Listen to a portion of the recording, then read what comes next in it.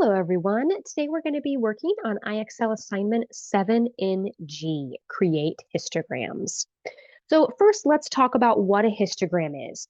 So a histogram, even though it at first glance may look similar to a bar chart or a bar graph, it is actually a completely different type of graph. So if we look at our comparison here, a histogram, there's two key differences. One is the fact that there are no gaps. So when we have a histogram, it is like this example on the left here, where all of your different bars are smushed next together. But if you have a bar chart or a bar graph, you have spaces in between each one. The second key difference is in regards to your data. So when we have a histogram, we use number ranges, and you'll see this even more in the next couple examples, but it's typically a range of values. Though in this first one here, we can see that our first, bar here is from 4 to 8. So that would be anybody who answered within that 4 to 8 range is in that section. And then in the next one, it's, from 8 to 12. So anybody that answered within that range is in that section. However, on a bar graph here, it's more exact. Anybody that is in exactly January or exactly February, exactly March, it's more of a category or a single number based. So those are some of the differences. The nice thing is the way that we read them are very similar. Kind of the great thing about all different types of graphs is, once you see how it's set up, you really just look at the titles, you look at the labels, and that can help make sure you're able to read it and interpret that data. So let's do a couple examples together here before we hop on IXL. So for this one here, it says Abigail's PE class participated in a push-up competition, and Abigail wrote down how many push-ups each person could do. Before we get to our question, let's analyze this just to kind of help really understand why this is a histogram and not a bar graph. So I can see one thing that leads me to it being a histogram is there's no gaps. Every single section is right next to each other.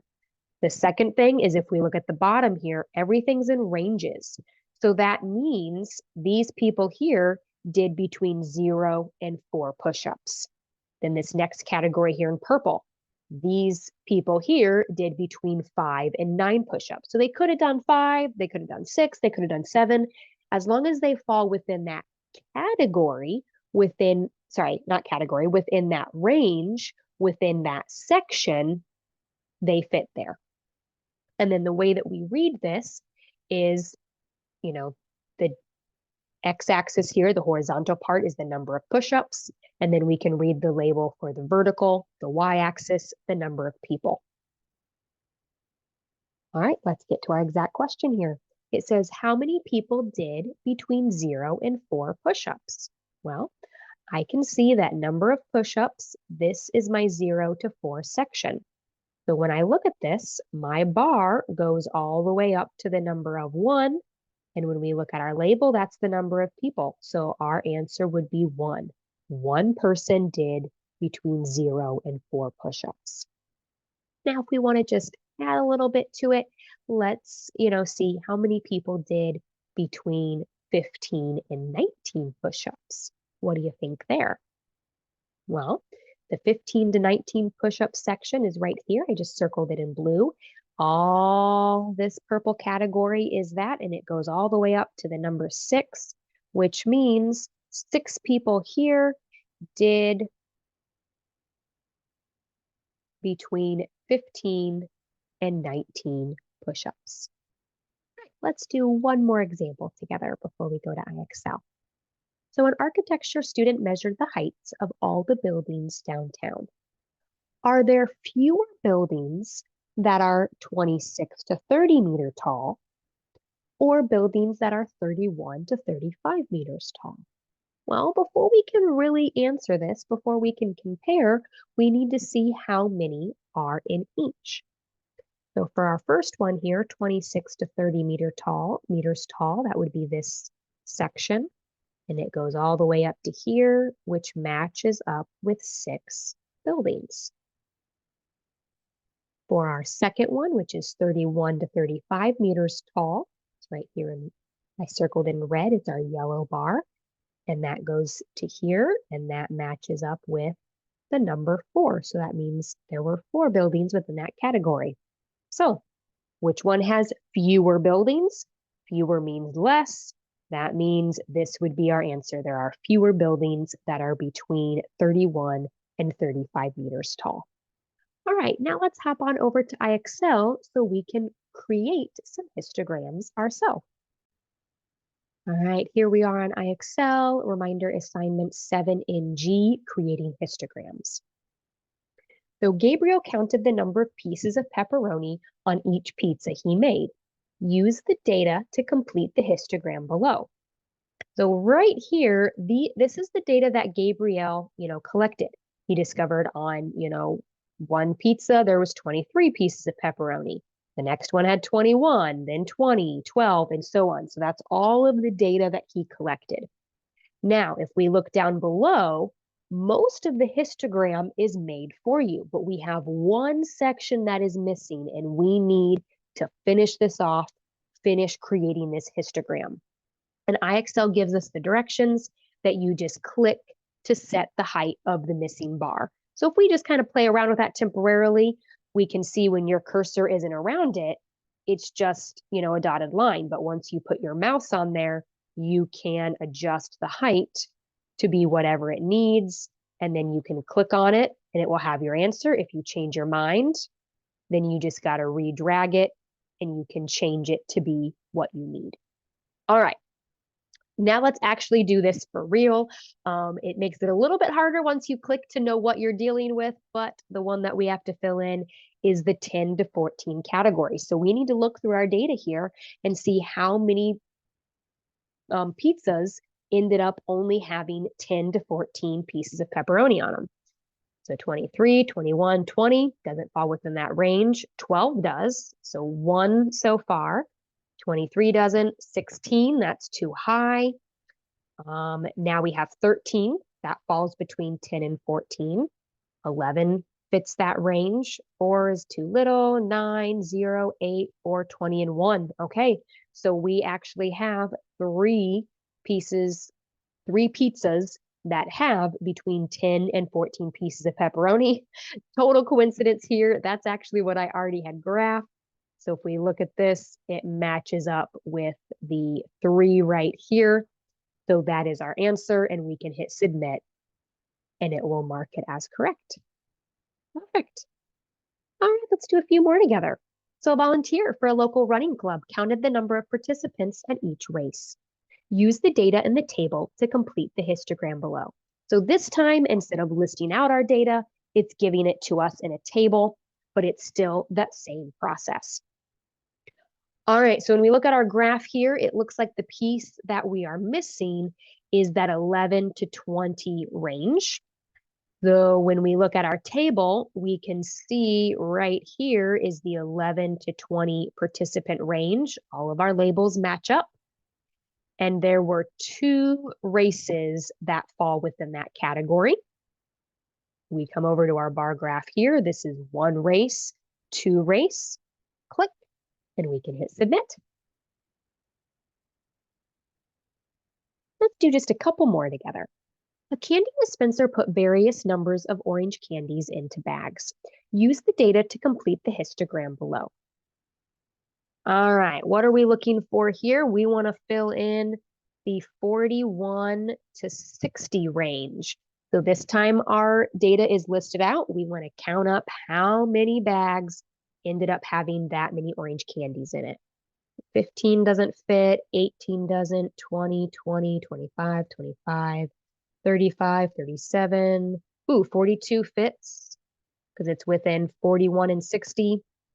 And then if we look at the rest of the numbers, they're all way too high. So this one only had 1. So we'll click on just 1 bag, add that much orange candies in it. All right, as you get a little higher in your SMART score, the process is the same. You just may have to do it twice. So if we look at this graph here, we can see there are 2 missing sections of our histogram. So we have to fill in both of those missing bars. So for our problem here, it says Celine, a candy store employee, placed peppermint candies into jars of various sizes. Use the data to complete the histogram below. So the first one that we want to complete, let's match our colors here. It looks like it's more in the purple range, is we want to do between 60 and 79 candies. 60 and 79. This number falls between 60 and 79. Oh, no, it doesn't. That's too high. Shame on me. I'm looking at the other one. Do we have anything that falls between 60 and 79?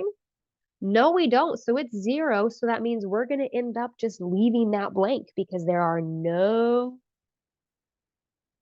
data points here that fall within the 60 to 90 range. So that'll be left blank. Now, if we do our orange one here, 80 to 99, orange. I don't know why I said orange, probably because our last problem had to do with orange candies, our green section. And guys, if you're confused about the colors, I can just tell by the outline here that it's a green bar. I'm just doing that because we have 2 sections. If you're thrown off by the colors, my apologies. But second section here, I'm choosing to do it in green between 80 and 99 candies. I can see we have 2 different ones that fit that range here, 81 and 96. So we're going to make sure we fill this out to show 2 different ones. This one had none, so we're going to leave it blank, and then we'll be correct. Look at that. Awesome, awesome. All right, then if we go to the very, very highest of the SMART scores, when you're getting into that 80, 90, starting to get to that challenge zone, you're just going to have to create it from scratch. You have to do every single category instead of just doing a couple of them. So let's do our final question as one like that. So Jerry counted the number of ducks at each pond in the city. Use the data in the table to complete the histogram below. All right, so we can see in our first one here, our first category is from 1 to 10, and there were 4 ponds. So, ooh, what's our graph counting by? Is it counting by ones? No, it's counting by 2s here. So this first box would be 2, second box would be 4. Pay close attention to that, guys, because even though we're used to it counting by ones, in this case, it's going by 2s. All right, let's do our next one here. Our next category is 11 to 20, and there are 10 ponds. So here's 2, 4, 6, 8, 10 ponds. All right, our next one is 21 to 30, and there are 0 ponds. So because there are 0 ponds, we're going to leave that one blank. Nothing to show there. Next is 31 to 40, and we have 8 ponds in that 31 to 40 range. 2, 4, 6, 8. And last but not least, we have 41 to 50. And notice that there are 0 again. So 2 of these sections will be left blank, and that's okay. It happens. And we have now completely filled out our histogram, so you can submit, and you'll have it all marked as correct. All right, it is now your turn to hop onto IXL. I believe that you can do it. If you want to see some more examples or see it from a different point of view, check out the video right here by IXL. It's a great resource, and sometimes it's nice just to hear it from a different perspective. But if you do have any other questions, reach out to your teacher. Otherwise, good luck. I think you got this.